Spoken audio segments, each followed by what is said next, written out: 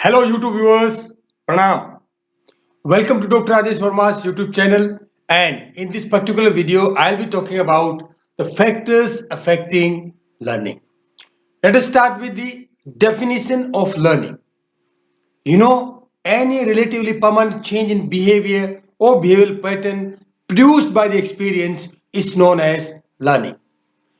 One more definition: learning is a long term change in mental representations or the associations as a result of experience.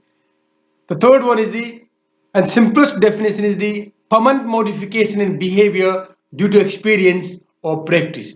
So, dear viewers, dear learners, the most important point as far as learning is concerned is there is a modification in behavior, and that modification is lifelong, that is, it's permanent. And the modification or the change that occurs in learning when is due to when it occurs due to the some experience or practice. In that case, that change is termed as the learning. I think it's clear to you. We'll be discussing certain factors.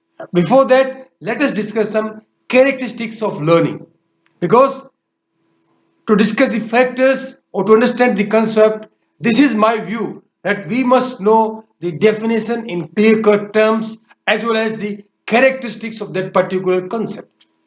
So, first one, learning, is a subjective phenomenon, and being a subjective one, it has certain characteristics. What are that characteristics? The first one is the learning involves this some kinds of experiences. Without the experiences, without the practice, the learning is impossible. Learning is not feasible. Some kind of experience we must have to learn something. Second one is important. Learning is dependent upon the long-term memory. Though learning is some dependent upon the characteristics, or sorry, that experience, but long-term memory are also have some significant role in the learning. The third one is the ensuing behavioral changes on account of experience are permanent. That is, the experiences or the practice through which there is a change in the human behavior or the animal behavior. That change is permanent one, that is lifelong. If that change is permanent one or the lifelong, only in that case we term that it is a kind of learning. And the fourth one is very important one. Learning is the result of sequence of interrelated events. When you learn something, when you experience something, there is the chain of events occurs, and that chain means their all events are interrelated. So due to that interrelation between the events, learning occurs. Then the fifth is the learning is an inferred process. We do not learn the whole process, exact thing we do not learn. If there is some event occurring or some other there is a phenomena, we do not learn each and every aspect of that event. What we learn is the what has been inferred from that phenomena or that event, because that ensures, that creates the experience in you, that change the your behavior permanently, not the whole process. We may learn the important points of that process or the important events, important the timing of that process, but we never remember, we never can keep all these things, all the important, all minute details of that process in a long-term memory, and then finally lead to an inferring the outcome of that process, and that outcome leads to the experience or the practice, and that experience due to that practice, that is known as the learning. And the last one is the learning occurs in three basic forms. Classical conditioning, operant conditioning, and observational learning. Sometimes Gestalt school of thought also adds that learning occurs due to insight also. So, dear friends, these were the six characteristics of learning. Now, what are the factors affecting learning? So, we'll be discussing almost four type of factors. First one is the factors affecting classical conditioning. Then the factors affecting the operant conditioning, factors affecting the observational learning, and general factors that affect the your learning process. Now, by this time, you must aware, you must know what is learning. Again, I repeat, learning is the permanent change in behavior by virtue of practice or experience. So you must remember this punchline of learning. Now let us discuss each type of factors in little bit of detail. The first one, classical conditioning factors. You know, classical conditioning is a very important form of learning given by the Ivan Pavlov, the Russian physiologist. According to that classical conditioning, the first one, the factor that affects the learning is the temporal arrangement of conditioned stimulus and unconditioned stimulus pairing. That is the timing between the presentation of conditioned stimulus and unconditioned stimulus. So this is the very important one. This affects the whether that the temporal arrangement between CS and UCS decides whether learning occurs or not. You know, conditioned stimulus and unconditioned stimulus. If you remember the Ivan Pavlov's dog experiment, the conditioned stimulus in that case was the bell and unconditioned stimulus was the meat powder. So arrangement between these two is very important for the learning to occur. So we'll discuss these things when we discuss the classical conditioning in a little bit more detail. The second factor that affects the classical conditioning is the intensity of CS and UCS. So the strength, intensity means the strength of the CS or the unconditioned stimulus. So in case of Ivan Pavlov's experiment, the sound of the bell is the intensity of the conditioned stimulus. The quantity of the food, milk, or that is meat powder, is the strength or the intensity of the UCS. It has been observed that higher the intensity of the CS or UCS, better will be learning or conditioning. So this is the very important factor that affects the classical conditioning. The third one, physical settings in which the CS and UCS are presented. That means the immediate environment, immediate settings are very important that affects the classical conditioning or learning. The fourth one is the time gap between the present and the fifth one, the familiarity of the stimuli. If the individual or the animal or the organism is familiar with the stimulus, in that case the classical or the conditioning or the learning occurs rapidly, and familiarity delays the conditioning or the learning. And the sixth factor that affects the classical conditioning is the type of conditioned stimuli. The conditioned stimuli, the type is also important. Whether that stimuli is appetitive one or the aversive one. The appetitive one, in case of the stimuli is appetitive one, that conditioning is rapid, quick, and for the long term. Whereas if it is aversive one, that also for the long term, but it takes a little bit of time or may not. That also affects the the learning process. So my dear viewers and dear friends, these are the 6 characteristics or the factors that affect the learning, particularly the classical conditioning. Then comes the operant conditioning factors, means the factors that affect the operant conditioning. You know, operant conditioning was given by B.F. Skinner, the radical behaviorist, generally we call it. So, what are the factors? He gave various new terms, defined and behavior in terms of operant conditioning. The first one is the important factor, reinforcers. He gave the term reinforcement. So reinforcers of both types. Whether the reinforcement that is given to the individual or the organism is a primary one or the conditioned one. The primary reinforcers are the that satisfies our biological needs. That's the food, water, etc., air. So these are the primary reinforcers. So it depends upon the primary or the conditioned responses to occurs the learning. So these are very important factor. Second one is the schedule of reinforcement, the occasion on which reinforcement will be given. You know what is the schedule? Schedule means there is a time gap. Sometimes the number of after the number of trials that individual is presented, organism presented with the reinforcement. So that's also important. Sometimes it's a variable ratio schedule, that is fixed ratio schedule, various variable temporal schedule, time schedule. So this interval schedules, that is all the fixed interval schedule. So this is the schedule of the reinforcement. we'll be discussing the schedule of reinforcement in when we discuss the operant conditioning. Right now, you to know this much that schedule of reinforcement is also a very important one for affecting the operant conditioning. Then comes the delay of rewards. It's a very important one. Either it will be impulsive and procrastinators. If the reward, there is a delay in the reward, that also significantly affects the operant conditioning. If the reward is given just after the your response, in that case the conditioning occurs a little bit faster. Whereas if the reward, there is a delay in the reward, that time the conditioning takes time. So this is a very important factor, that is timing of presentation of reward or the delay of rewards. The fourth one, biological makeup or the instinctive drift. So it's a very technical factor that affects the operant conditioning. What is that? A tendency to return to type of behavior expressed under natural conditions.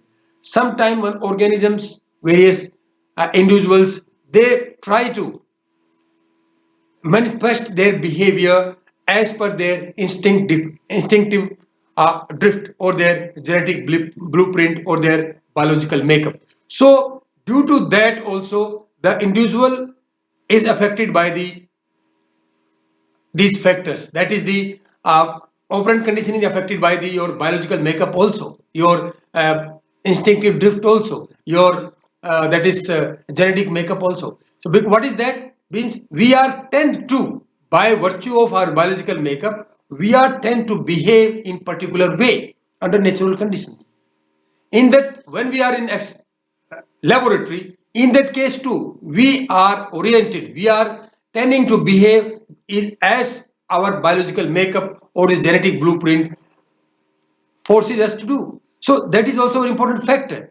Means the similar experiment has been done in rats. Some same if you do in the pigeons or some fishes. So they all have their own genetic blueprint. They have their own biological makeup. So they have their own type of behavior under natural conditions. So in laboratory also, when you put up these animals under the testing conditions, they tend to behave as per their biological makeup.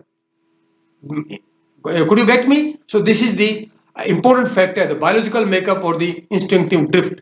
And the last factor that affects the cognitive, that is the operant conditioning, the cognitive factors, such as the cognitive map or the mental representation. For that, you need to understand and to read the Tolman and Honzik's experiment. So it's a beautiful experiment.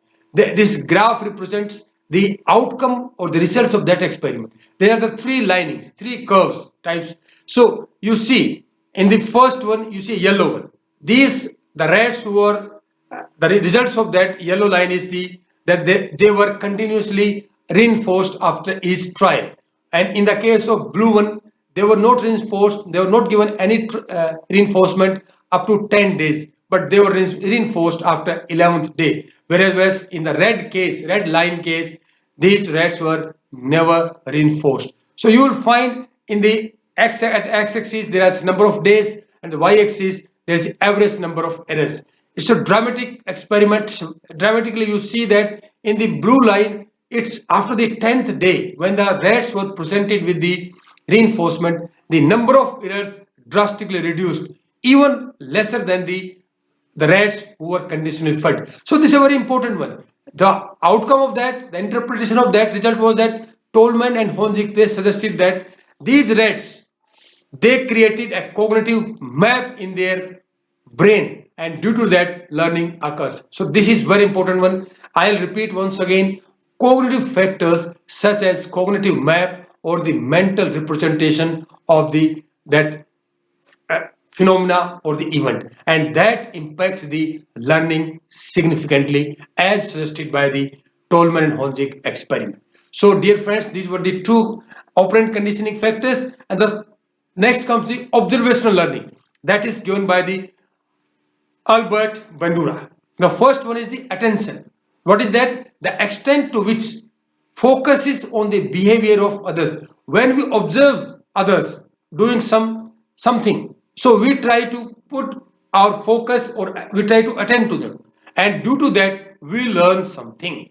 This is very important one because children learn more with observation. What their role models, what their parents, what their family members are doing. They just observe and then they put that observation or that behavior into practice. So it's a very important one. The first one is the attention. The second is the retention. Retention of the observation, what they have observed from that to retain in your long-term memory. So it's a very important one. The ability to retain or memorize the information gained from observing others' behavior is known as retention. The third factor, production process.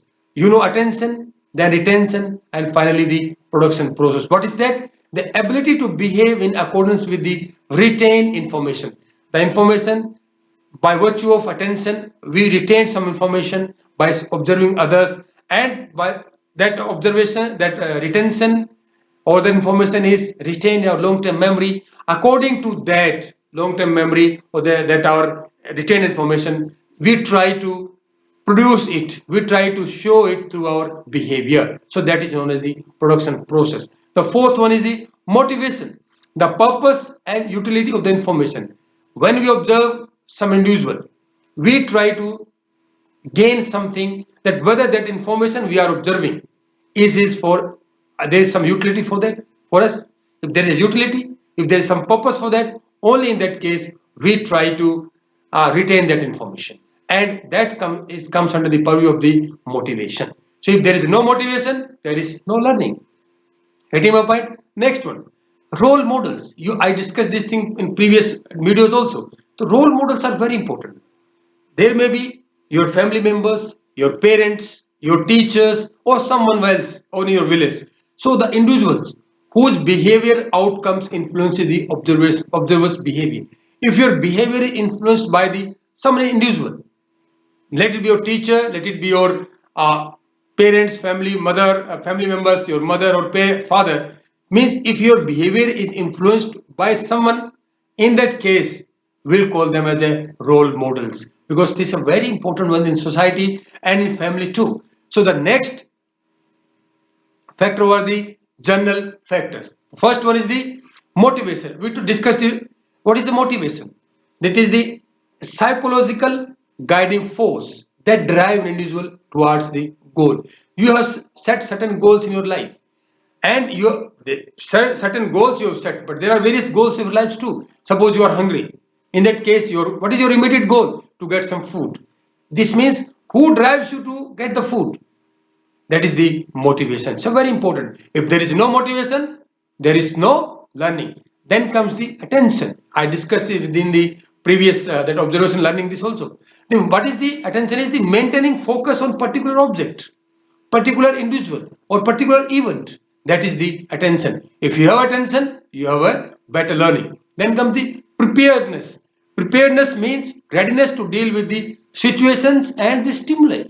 That readiness may be your psychological one, your physiological one. That has to be one. So if you are prepared to learn something, in that case, your learning will occur rapidly. If you are not prepared one, that learning takes time. But if you are continuously fed information and if you are not prepared one, in that case, it takes a little bit of time. For example, when you are sitting in a classroom, right now when you are watching my video, if you are prepared, mentally prepared or physically prepared to learn, in that case your learning will be faster and rapid. But if you are forced to show or this video, forced to see this video, in that case it take little bit of more time to learn the concept discussed in this video.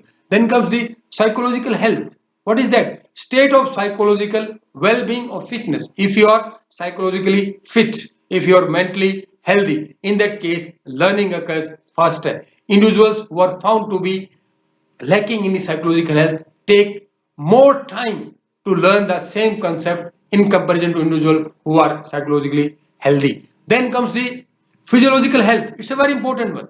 That is your state of fitness, physical fitness. If you are not fit, suppose you are suffering from some disease, physiological disease or infirmity, in that case it will take more time for you to learn something, because you're suffering from fever, high fever. And if I ask you to watch this video, will you be able to retain the information? No, because you are not well, you are not physiologically healthy. So my dear friends, these are the 5 factors that is important for the learning. The sixth one is the intellectual ability. What is that? The cognitive ability to deal with the challenges thrown upon by the life. At every step, life offers you various challenges and the problems. So to deal with these problems and challenges, we need to have the cognitive ability, that is known as the intellectual ability. People with feeble-mindedness, people with retarded intellectual ability take more time to learn a concept than the individual with average or more than average intellectual ability. The individual suffering from mental retardation, they take bit of long time to remember or to learn a concept or a phenomena or an event or some activity. So intellectual ability is a very important factor that affects the learning. Then comes the interest.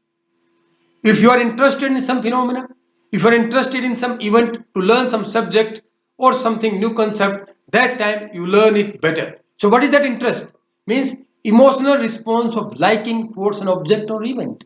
If you are emotionally oriented towards an object or an event, in that case learning occurs faster. If you do not show an interest, such time you see various students sitting in the classroom, they do not show an interest in the teachers, what teacher is telling to them, talking to them.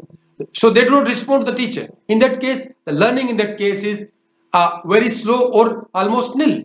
So important factor in the learning is the interest, and interest means your emotional orientation towards the object or an event or an discipline. Then comes the maturity, the level of maturity. Maturity is also type of an experience. So there's a little bit of big difference between experience and maturity, but you can understand the maturity in terms of experience. The people who are more mature, mature in terms of their age, mature in terms of their psychological health, psychological system, cognitive ability. If they are more mature means that if their maturity level is up to a normal level or up to their age factor, then this means their learning ability or retention ability is a little bit faster. So what is maturity? Psychophysical changes due to growth and development. So if you are mature enough, your learning ability is faster. You can take an experiment. If you want to your child, 5-year-old child, you want to see that child learns the how to tie the shoelaces. He or she take a little bit more time than if you want to teach that same process to an individual with a child with 11 or 12 years of age. So what is that? The difference is maturity. That is the due to the growth and development factors. Then comes the biological needs. Suppose you are, first I'll let you know what are the biological needs. Physiological deficiency that drive an individual's behavior. What are the biological needs? Hunger, thirst, or sex. These are the very three important biological needs. So these needs also significantly influence the learning. If you are hungry, you will try for, your goal will be to get some food. In that case, suppose you are thrown in a jungle and you don't have any food to eat. In that case, your goal is to just to acquire something to eat, and that time your learning will be for your aim will be to get some food. The learning will be rapid there because you'll try to use your experience, your long-term memory. So if you are not hungry, suppose you'll keep sitting or relaxing doing something else. So biological needs also significantly influence the learning. And you know what are the biological needs? Physiological deficiency that drive an individual's behavior. So my dear friends, my dear viewers, YouTube viewers, these are my references. You can always cross check them, and if you want to study more, you can refer these books. And apart from that, there are other books also that defines the factors that affect the learning. So in this video, we have discussed the four factors that affect the classical conditioning, operant conditioning, observational learning, and the general factors. Before that, we discussed the characteristics of learning and the definitions of learning. My dear friends, next we are going to discuss the trial and error learning. Before that, if you like this video, if you love it, if you have something to say, you can write my comment box or you can email me at varmasujit@yahoo.com. But remember, if you like it, share with others. But if you have something to say, if you dislike it, you kindly share with me because I always appreciate your comments. Once for that, my dear friends, thank you for watching this video.